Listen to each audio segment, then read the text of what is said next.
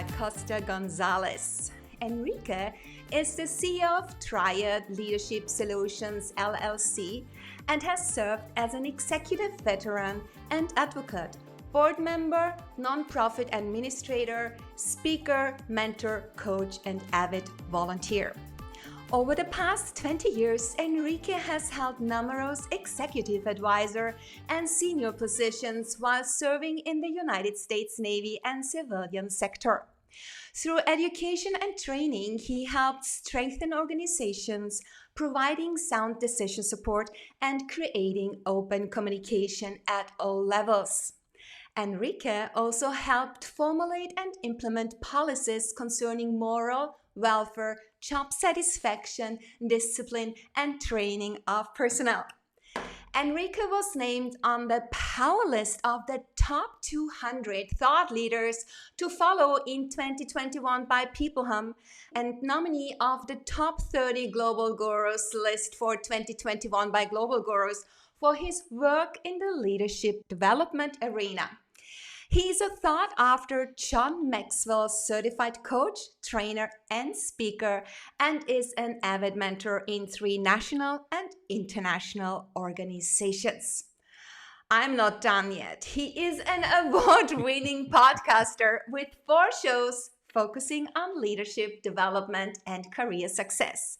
He also was named the 2021 Active Duty Veteran and Military Spouse Entrepreneur Awards Media Professional of the Year by the Rosie Network.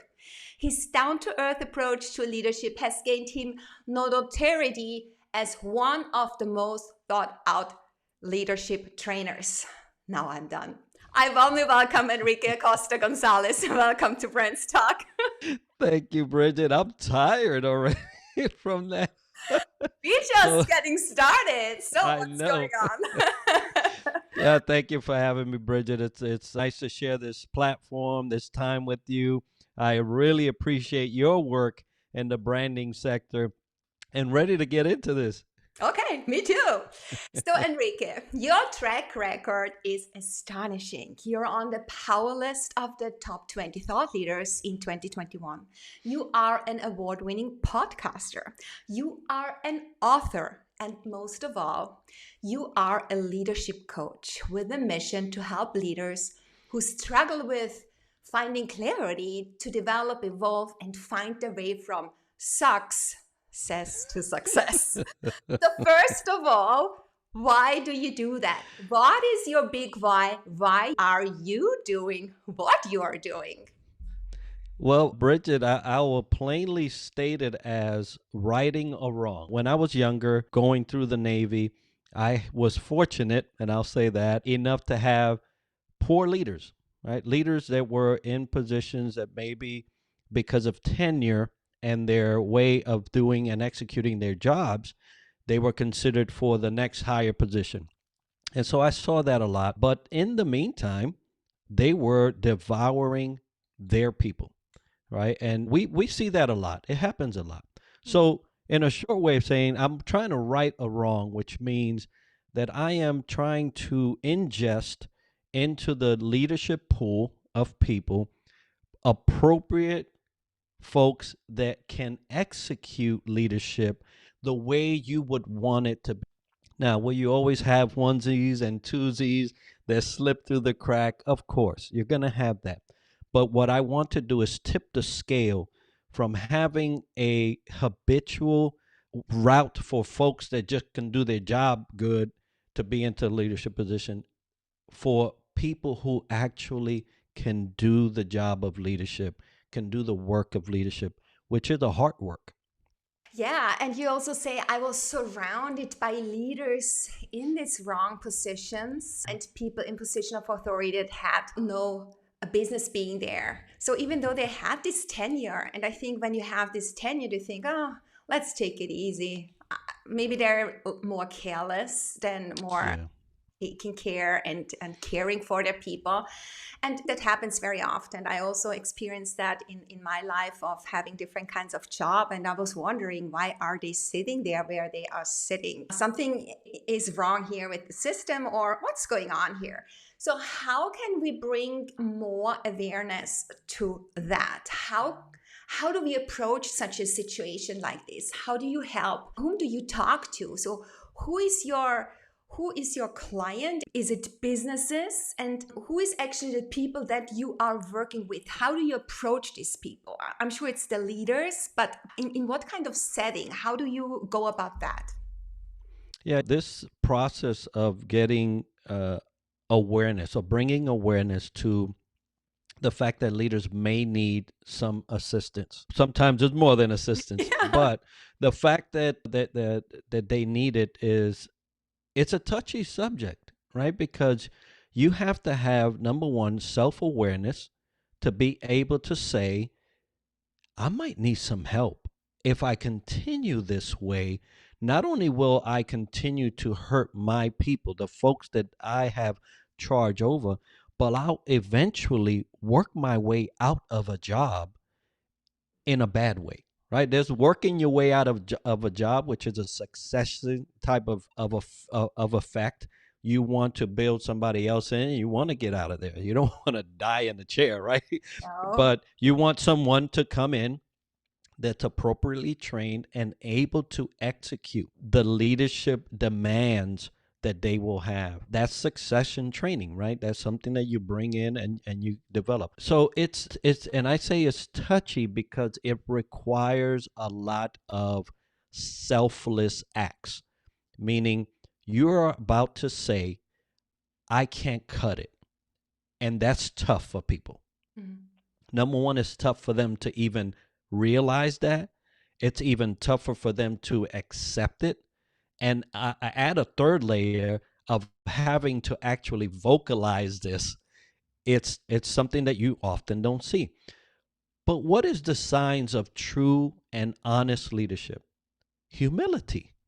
Mhm. Humility is one of the things that you want to see in a leader, but you often don't see because there's a lot of pride, right? They equate humility with being weak, or humility with being able someone to come in and chastise you. So they don't want to fall into those two categories. But I always say you want leadership until you actually have to do leadership. Then you're like, oh, I didn't sign up for this. So I say it's touchy because it really does take someone to break down and say, you know what, I I really need help more than I need the accolades. I really need to get perfected rather than faking it till I make it. I think a lot of people are not showing this kind of humility because humility is for them another word for being vulnerable. And Yeah. vulnerable is equal to being weak. So, how can we overcome that general idea that a lot of people still carry around? I I came there was a time in my life where I was not humble, although I thought I was. I thought I was probably the most humble person, but I wasn't, because I was always wanting to be the first. And if you're always wanting to be the first, you don't leave no space for anybody. You leave people behind. As a matter of fact, you are encouraged, like on a race. If you want to be first, you want to have people behind you. So this is the philosophy that has erroneously worked its way into leadership. You don't, as a matter of fact, as a leader, you're never first. Mhm. Everybody is, and like Simon Sinek, leaders eat last. Yeah, yeah. That's it. It doesn't say leaders don't eat; they just eat last because they're always concentrated on making sure the people have what they need first, because they are the workers. Mhm. You don't have leaders doing the work. Workers do the work. So make sure that your people are taken care of. How do you get to humility? How do you get to that point? You have to be unafraid. Mhm. A person that is egotistical and always working on what's in it for them, is afraid. I would dare even say a coward. And that's a strong word. Mhm. But when you hide behind things to shield yourself, and basically you stunt your growth in terms of fear, a leader is fearless. They're not fearful. And so when you do not step out into the light, that is telling me that you are afraid of some things coming out. And if you're afraid, and there's a healthy fear, right? There's a healthy fear. I don't know what's in the dark, but you know what? I'm the leader here. I'm going in there, and I'm gonna bring some light. Yeah. Yeah. Another thing is, whoa, if that light comes on me, this thing may be over. So there's different types of fear, but if you start to lose the fear of what it is that you need to overcome, then you'll start seeing that humility becomes your partner. Humility is not there to bring you down, it's actually there to bring you up. Oh, I love that. Thank you so much for that explanation. And stepping into the light is really something that you say, I own it. Yeah. So you live Mhm. up to your own values, you live your truth, and you just do it. And as you say, fear is you're pushing past it. Yeah. And then you're becoming more confident because you walk it and Right. evolve with every step you go. You are becoming more confident and fearless, actually. Yeah. And it's becoming then your partner because pushing through it, it's a sparring partner in a sense. Right. Yeah, you're growing. And that leads me to the next question. From your perspective, what are some actions that we can take or set to become these better leaders? So, leaders who are reflected, whose workers are proud of their leaders and proud of working for them. So, what can they do? What can we do? How can we start setting the right steps? I'm reminded as you were asking your question of a biblical story that I read. It was the son of King David. His name was Absalom, and short story here. He stood at the gate. He never went to the palace. He stood at the gate where the people were, and he started asking, "How can I help you?" And long story short, it ends with he won over the hearts of the people, and then he actually became king for a while, right? Although inappropriately, but he actually became king. So as a leader, what do you do to become better? What do you do to hone your skill, hone the fact that you are the leader, and have your people be proud of you? Go down. S- get out of your chair, get out of your office, and go where the people are. Spend some time in the group. Now, I'll caution you, it may feel uncomfortable for them for a little bit, right? Initially, right? Because this divide has been placed on both sides. Mhm. The leader doesn't come down, and they don't want them there. So there's a divide that's created from both sides. But as a leader, it is your responsibility to go to your people and ask them, what can I do for you? What obstacle is in your way that I can move? That I have the authority, because if I don't, then don't ask me. But if I do, what can I move to make sure that the flow of your work is uninhibited? What can I do to make sure that you're successful today?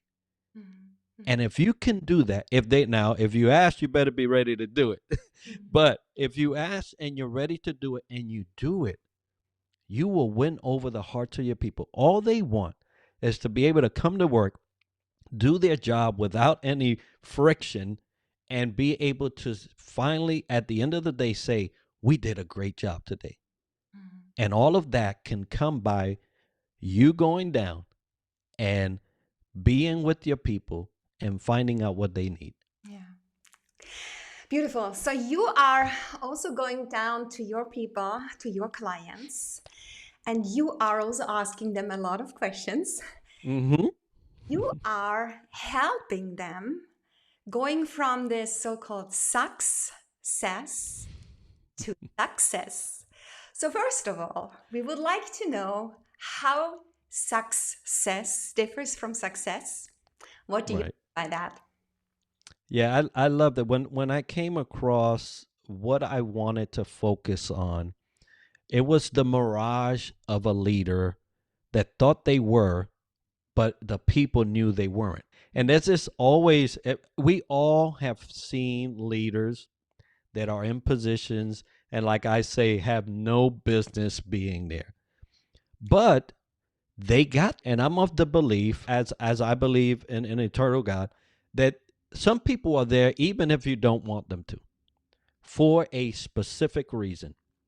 Whether that is because they're actually great at their job. A lot of organizations tend to push those great leaders to, or those great performers into leadership roles. Probably not the best thing to do, but it happens. So I wanted to focus on the fact that there were leaders that thought they were but were not, because they did not win the hearts of the people. They were not the leaders. And I've often gone into an office and I will be sitting in a meeting and I'm talking to the leadership, and I notice where most eyes go to when there's questions. And if they go to the person that is not designated, let's say COO, CEO, I have already identified who the true leader in the room is. So I wanted to bring highlight to the fact that although you may be succeeding as a whole, you may be failing as a leader, and that success, the regular success, is not success, is actually sucKsess. This K that I have interjected into the word is what I call K factors. K factors are things that come up in the execution of your position that actually speak to your flaws. They speak to your inabilities. They speak to the fact that you are not prepared for that position. And although you are still in that position, you are slowly but surely chipping away at the true success by ingesting this K. Now, it could be time management, it could be your personal vices, which a lot of leadership fall to their personal vices, right? So, those things that are done in the dark that nobody knows about, but soon will come up to light, right? We were talking about stepping into the light.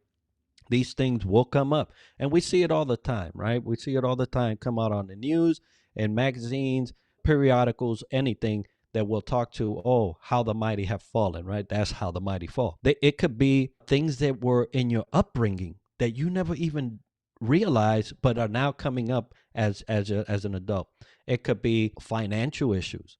So anything that will chip away at true success is what I call sucKsess, or those K factors that interject into your career, your profession, your life, your day to day. And I highlight those in a chapter of a book of the book that I co-wrote. But it is things that are not supposed to be in the execution of your leadership, but you allow them to, and you sucKsess. So once you have identified those key factors, how do you Mhm. get out of them? Do you need a Yeah. coach, or is it you that you help them with? So how does that work? Well, this is the interesting part. Most people that are successful have gone that way so long that they feel they don't need anybody. Mhm. The thing is, that people get hurt Mhm. all throughout the tenure of your execution of that position. People are hurting. Number one, self-awareness. Self-awareness. And if a leader doesn't have self-awareness, they've already gone down the wrong road. Right? That's probably the one of the worst things that a leader could be without, is self-awareness. So once you have self-awareness, you can identify these things. Now you need bravery, right? You need to be saying, you know what, I need help. And so what I ask people is, hey, if you've gotten this far being wrong, don't you think you need help?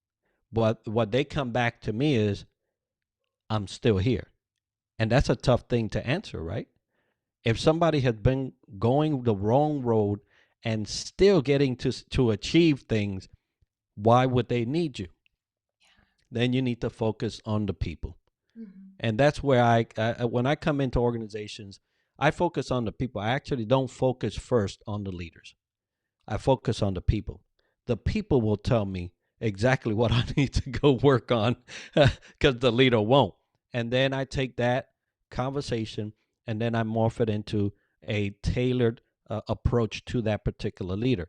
But they need self awareness in order for you to get into a position where you will even accept any suggestion as to what you can do better.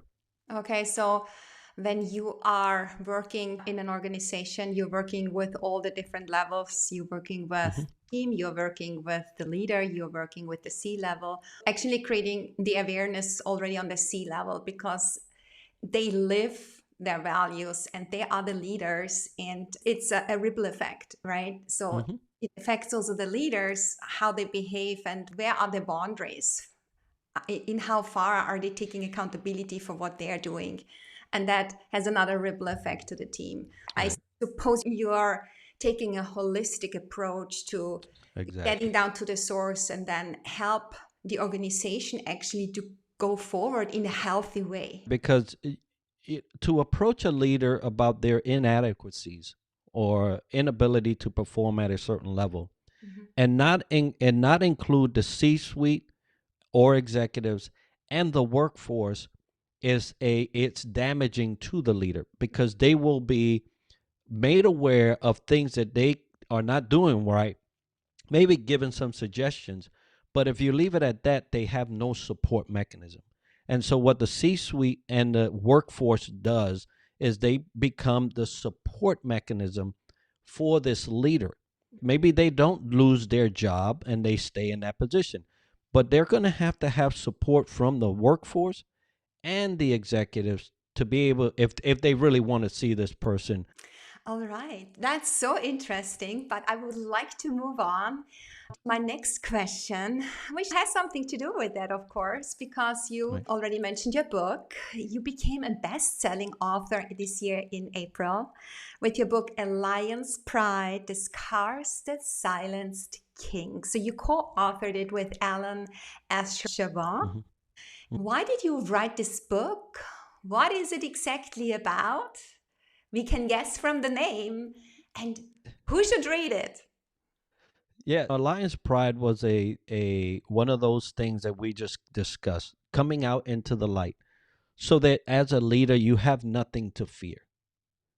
And when this book is actually a hey, tell all, this is it. This is what this young man, this person has gone through in their life, good, bad, ugly, terrible, however you want to call it, right? All mixed together so that you understand that as a leader you don't have to have all the answers. You don't have to know it all. Mhm. And you can become a leader even with life missteps. And we all have them, but we all hide them, right? And what I did in this book along with other authors is that we just put it out.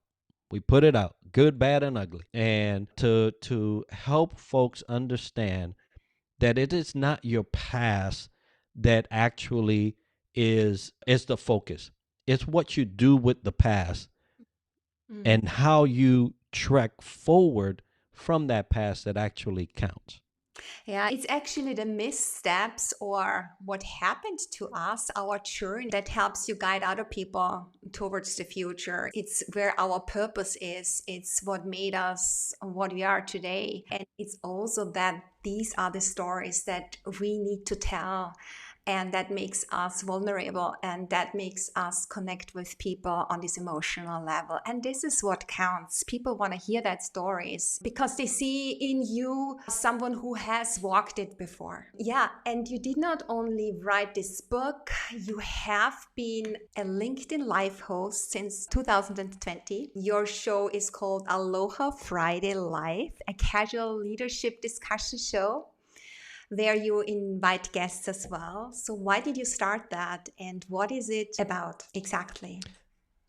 Yeah, 2020 actually caused a lot of shifts for everyone. This was one of, I wanted to educate my community since I saw that growing. I said, let me take this moment to create a show around leisure talk about leadership. Now, everything about leadership doesn't have to be serious, right? You could actually talk leadership and it be casual talk. And so I wanted to invite guests that had a specific view on leadership from their perspective. I didn't want to drive the conversation or anything like that. I just wanted to find out what my community thought about leadership and how they use these principles in their day to day. And so I named it Aloha Friday Live because I spent a lot of time in Hawaii. 13 years of my life were on Oahu. I kin myself to the island and the Hawaiian people because it's just one of my heart desires to go back and permanently be there. But it's just an aloha, chill, hang loose type of an approach on leadership, and a lot of great conversations I had during it. Yeah, I think that's important to also see fun in what you're doing. And Mhm. whatever is it, you are a leader in your job, whatever role you're playing, you should have fun. And without fun, it's what is it about in this life? Yeah, it's part of it, an integral part. And I was in Hawaii 2 months ago, and I love Hawaii. So I'm sure I'm going back there. I was the last time 30 years ago, so it was time to Wow. go back. Right, right. All right. So, Enrique, you are definitely in your sweet spot. You are living your truth, and that's what I feel. You are in your very best version, and you're evolving and evolving and evolving, and through all the things that you're doing, yeah, you're walking your path, and that makes you a thought leader and a strong personal brand. So what is the singular thing that only you can provide? There is a lot of leadership coaches out there, but what's your uniqueness? What makes you stand out and shine? Well, I get this question a lot, and it's hard to try to pinpoint how you differ from somebody else, especially in the leadership arena, right? Because there are principles and things and processes that we all share because we've learned. But one thing that no one else on this world can do is take my life experience and apply it to resolutions that you may need. Every single person on this earth has such a unique position and a unique stance in life that no one could ever replicate it. Mm. We couldn't even, if we went back in history and were able to snap our fingers and go back, we will be trying to change things. And so what we would do is replicate that life. So what my life has taught me, although it may be similar in subject, it is unique to me. And that is the perspective that I bring and the flavor that I bring to all the resolutions and all the conversations and everything that I'm involved with. So, what makes me unique? Me. I'm unique, you're unique, and you need to be able to accept that and own that and bring that out in a way where now that perspective is something that is new, newly heard, newly applied, and if you could give that to somebody and they could do something with it, perfect match. Yeah, it's really the unique blend of your experience, of your past, of your know how, your learnings, your skills, your character, your human being. So I think that is so unique to everyone. And yeah, we know that there are millions of leadership coaches out there, but no one is like you with that specific blend. And if Mhm. you know about it, and I think that's why we Right. reflective. That's why we really need to go on a deep soul searching mission to really figure that out and make and crystallize it out to become a diamond. And I think that is what makes brands, personal brands, organizational brands, whatever brands it is, shine. Yeah. Okay. So I have one more question. Is there any major learning experience, like a setback, something that happened to you, and in hindsight, it was a really huge opportunity for your learning going forward, something that was really significant and shaped your life? Would you like to talk about that? Yeah, it's actually the whole reason why I went into the profession that I am in now. Not every leader that you're going to come across will be a blessing to you. Mm. Not every leader. Some will seem to be a curse in your life, right? But what I would like for the audience to realize is that it's not for them when they're in your life. It's for you. Mhm. And so what are you going to do with the situation at hand? So this particular leader would, in front of people, often berate me for my accent. At the time, I did not speak as I do now. I came from the Bronx. There was a heavy accent. English was my second language, although I thought I was proficient, and I was proficient in English, but not at the capacity as you hear today. And so they took opportunities for whatever reason. I will never know, but they did. And that could have easily broke. I was very young, 19 years old, 19 years old at the time, 19, 20, 21. And I could have buckled to that beratement. What I chose to do was to improve myself. Although the reasons were a little combative, right? I would say, because what I did was say, well, no one's ever going to do that to me. Very prideful, but it's what worked for me at the time. But I took the dictionary and I read that thing in and out. I became proficient in how to not only speak the words, but understand the meaning behind them and use them. And that made me a powerhouse. Mhm. That simple dictionary, it's red. It used to be straight red, right? That red book and the mindset behind how can I make myself better so that this doesn't happen to me? And how can I make myself better so that I am an asset versus a liability? Because I thought that I was viewed as a liability. And that one period in my life set the course for the rest of my life. Now, I won't tell you that I did not decide some things because of that were not as good for everybody, right? Because from that experience, I also took a selfish route, and that wasn't good. But that one decision to say, how can I make myself better so that no one else does this to me ever again, was probably the most pivotal.